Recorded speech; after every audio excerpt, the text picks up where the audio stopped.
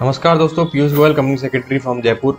दोस्तों, अगर आप अपना न्यू बिजनेस सेटअप करने का प्लान कर रहे हैं तो आपको किस टाइप के एंटिटी से अपना बिजनेस स्टार्ट करना चाहिए।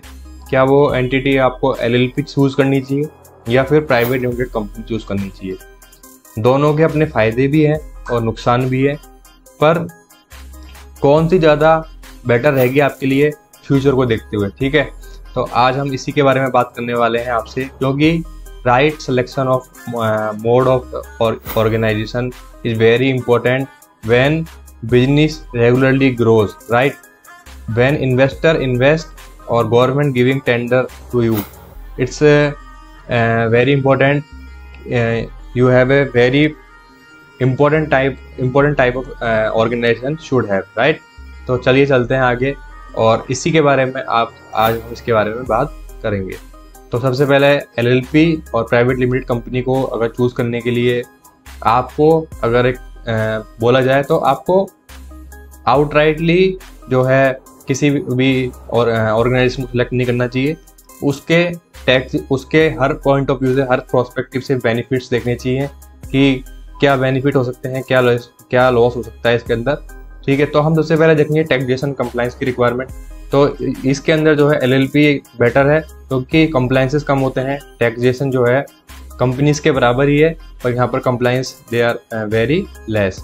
और सबसे अच्छा बेनिफिट ये है डिविडेंड डिस्ट्रीब्यूशन टैक्स पर जो है आपको dividend per division distribution tax आपको पे नहीं करना होता। It's exempt in LLP, but company के अंदर 15% आपके पास है। ठीक है, एलएलपी को 2 रिटर्न फाइल करनी होती है इसके एमसीए में ओनली, फॉर्म 11 और फॉर्म 8, और इसके अलावा आईटीआर फाइल करनी होती है। एलएलपी को ऑडिट करानी मैंडेटरी नहीं है, बट कंपनी को ऑडिट करानी मैंडेटरी है, even if turnover is nil in case of company, right. इसके बाद हम बात करें, एलएलपी ग्रेटर फ्लेक्सिबिलिटी देता है, ठीक है, और कंपनीज भी फ्लेक्सिबिलिटी देता है। इसके अलावा जो है जब आप आईपीओस के लिए जाएंगे तो कंपनी होना ही मैंडेटरी है, और कंपनी नहीं पब्लिक लिमिटेड कंपनी होना मैंडेटरी है जब आप आईपीओ के लिए जाएंगे। Ownership transfer in case of LLP more complex involving partner agreements, while private limited जो शेयर है इजीली फ्रीली ट्रांसफरेबल है with the board approvals, right. जब हम टैक्सेशन की बात करते हैं तो एलएलपी के ऊपर जो है टैक्स 30% की रेट से यहाँ पर अप्लाई होता है, और no dividend distribution tax applicable in case of LLP, which is tremendous if income is retained inside the commercial enterprises in place of dispensing। Private limited में क्या होता है, कॉर्पोरेट टैक्स 25 to 30% में होता है, और जो है groups are concerned about the dividend distribution tax at the price of 15%। ठीक है, इसके बाद टीडीएस। एलएलपी जो है टीडीएस की बात करें, टीडीएस में भी काफ़ी सारे रिलैक्सेशंस हैं।